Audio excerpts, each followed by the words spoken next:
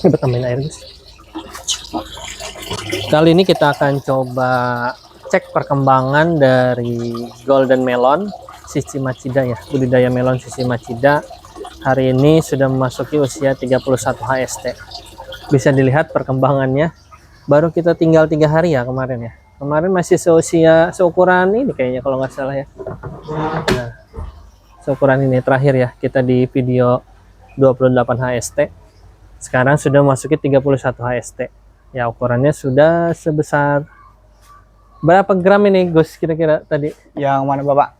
Ini udah kisaran 350 gram Bapak. 350 ya atau 300 gram. Ya alhamdulillah di usia 31 AST ini semuanya dalam keadaan sehat. Kondisi buah juga sudah dihitung, coba ada berapa buah? Kurang lebih yang ini tuh Pak udah ada 14 Pak keseluruhan. Oh ini yang sebelah sana buah. Ya, sebelah sini sudah ada 14 buah yang sudah lumayan besar ya. Tapi yang besar-besarnya baru kehitung 1, 2, 3 ya, ada sekitar 5 lah, ada 5 buah. Nah di usia 31 HST masih tetap ya perawatannya seperti biasa. Yang pertama itu adalah kita cek terus polinasi ya. Nanti setiap pagi kita selalu cek kondisi buah juga gitu. Terus jangan lupa di usia sebesar ini harus sudah mulai digantung buah ya. Nah ini sudah mulai digantung buah. Nanti besok kemungkinan yang ujung sana tuh Gus. Iya Pak, yang sudah ini mulai ya. Udah ini juga Pak. Nanti digantung buah. Siapa? Gitu. Karena khawatir semakin besar buahnya. Karena ini tidak ada ini ya talinya rambatan ini tidak ada apa namanya pegangan ya. Karena hanya tali aja, khawatir terlalu berat dia nanti roboh pohonnya. Karena batangnya juga sudah mulai, coba cek sini. Nah ini batangnya sudah mulai membesar ya. Ini kalau sudah usia 40 sampai 50 HST itu udah sebesar ini biasanya batangnya. Ya, sudah sebesar diameter berapa gitu ya, seginilah. Biasanya sih kita batang itu sampai besar banget gitu. Nah, kebetulan kali ini ditemani Bagus ya. Mahasiswa magang dari Untirta. Ya kita berbagi sharing kepada teman-teman magang KKP ya namanya. Iya Bapak. KKP dari Universitas Sultan Ageng Tirtayasa jurusan Agroekoteknologi. Agroekoteknologi. Semester berapa sekarang? Sekarang semester 6 Bapak, mau semester 7. 6 ya. Nah, kebetulan tadi juga kita sudah stok kembali ya larutan nutrisi, larutan AB Mix. Ini stok kita sebenarnya ini sedang kita uji coba juga ya. Ini seberapa kuat dan baguskah nutrisi yang kita racik ini. Nanti sebelum kita juga explore, nanti kita akan go public nutrisi yang kita racik gitu ya. Jadi kalau misalkan kita sudah uji coba hasilnya seperti apa, nah teman-teman nanti dari sahabat rumah tani bisa kontak kami untuk membeli nutrisi yang sudah kami coba racik ya. Kalau sampai saat usia 30 HST ini buahnya sudah lumayan terlihat ya. Ya cukup menggiurkan. Biasanya kalau bentuknya udah seperti ini, kemarin aja udah hampir paling kecil itu 2 kilo. Paling kecil. Lumayan Pak. Lumayan ya. Ya minimal menambal dari buah yang ada di sebelah sana ya. Karena banyak juga yang ada beberapa tanaman kita yang kena layu yang di sana gitu. Nah, seperti biasa, tadi ppm yang ini 2.600 Bapak. 2.600 ya. Kita terus pantau setiap hari ya. Tadi ya, Bagus juga sudah catat.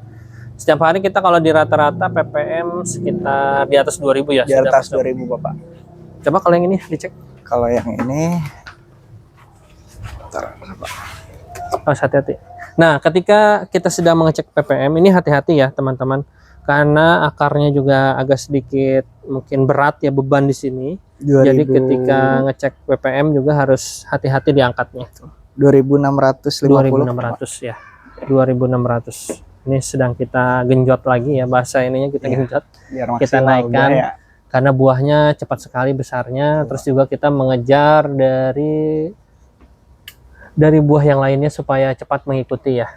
Kenapa tidak rata? Ini memang tidak akan rata ya nanti buahnya. Kemungkinan setelah yang ini sudah besar banget, baru gantian gitu. Iya. Nutrisinya akan keambil. Nah, jangan sampai nanti buat teman-teman semua ini jangan sampai di pruning atau dipotong ya. Siap, Pak. Karena ini ngebantu fotosintesis dari si tanaman melon ya. Nah, ini juga jangan sampai kepotong nih, karena biarkan dia dengan alami nanti ya. Iya.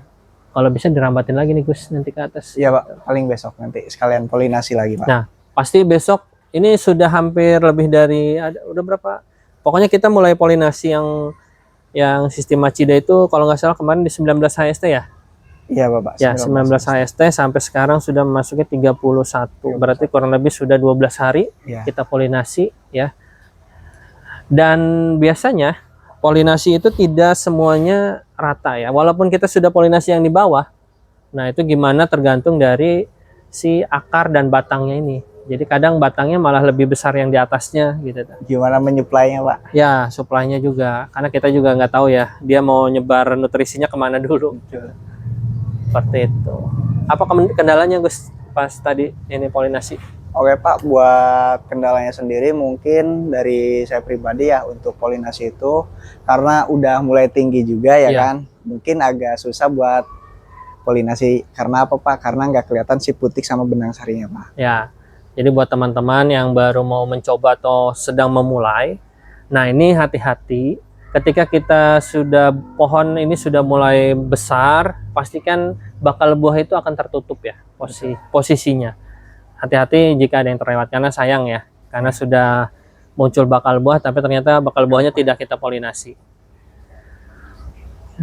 Kayaknya kalau kita tanam di luar juga, kemarin ada pertanyaan di mana di kolom komentar kemarin ada yang bertanya terkait dengan bisa nggak sistem Macida ini ditaruh di luar. Sebenarnya bisa-bisa saja karena tergantung melihat kondisi alam Dari segi lingkungan juga, lingkungan Pak. juga.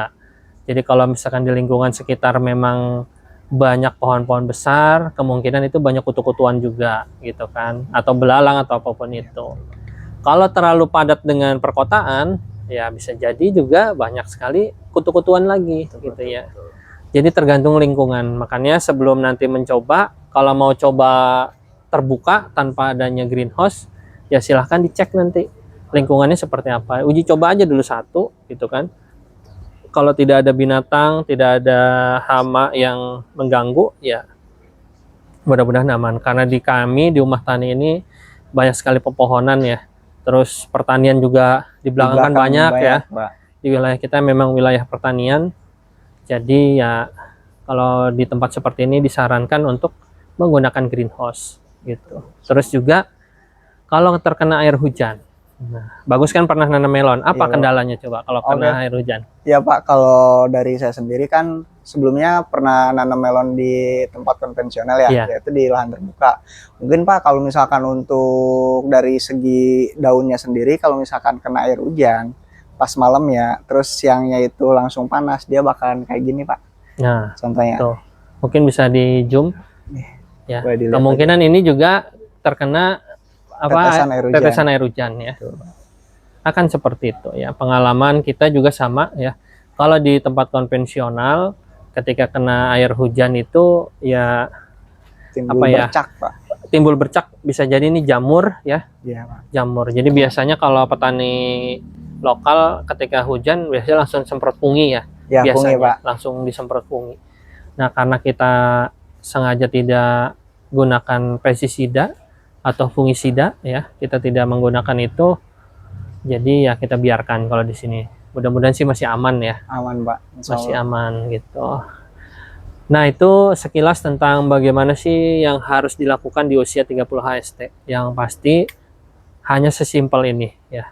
Betul. Ya, tapi jangan sampai nanti ada yang terlewat. Lihat juga lingkungan, karena kita tidak memberikan pestisida di dalam tanaman kita, jadi di video ini tidak ada pemberian pestisida ya teman-teman.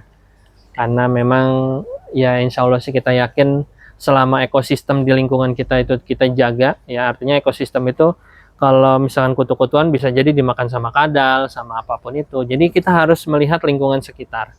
Jangan sampai kita terus-terusan semprot pestisida tapi kita tidak membaca lingkungan juga. Nah, itu mungkin ini sebagai apa ya, kita lagi edukasi lah Pak. Ya, Ibaratnya. kita lagi apa ya? Lagi mencoba pendekatan lingkungan supaya kenapa ekosistem di sini sih supaya terjaga. Kita biarkan semua kadal-kadal, semua kutu-kutuan. Kita lagi coba memahami, oh mereka itu ternyata Punya perannya masing-masing. punya perannya sendiri. masing-masing sebenarnya, ya seperti itu. Mungkin itu yang bisa kita share. Mungkin ada yang ketinggalan, Gus, apa yang perlu disampaikan? Oke, mungkin kalau dari saya sendiri Pak, kalau dari tanaman melon yang menggunakan media Machida ini, intinya jangan pernah bosan karena apa Pak? Setiap pagi itu harus ngelakuin polinasi. Kalau misalkan pengen buahnya maksimal, kita juga harus benar-benar maksimalin buat polinasinya sama ngasih nutrisinya Pak. Oke, itu ya. Jadi kebetulan Bagus ini sudah hampir seminggu lebih ya, Iya Pak. hampir seminggu di sini dan sudah menjadi penghulu melon ya. Penghulu Ya, melon, sudah Pak. menjadi penghulu melon. Gitu. Mungkin itu yang bisa kita share. Jangan lupa like, comment, subscribe channel ini untuk bisa terus kita sharing berbagi informasi, berbagi pengalaman, berbagi pengetahuan terkait budidaya melon ya, ataupun itu budidaya ikan nila dan dari sisi peternakannya. Mudah-mudahan video ini bisa bermanfaat buat teman-teman semua. Terima kasih yang sudah menonton sampai saat ini. Jangan lupa mencoba dan mencoba ya. Mudah-mudahan bisa teman-teman semua bisa mencoba di rumah. Terima kasih, sampai bertemu di video selanjutnya.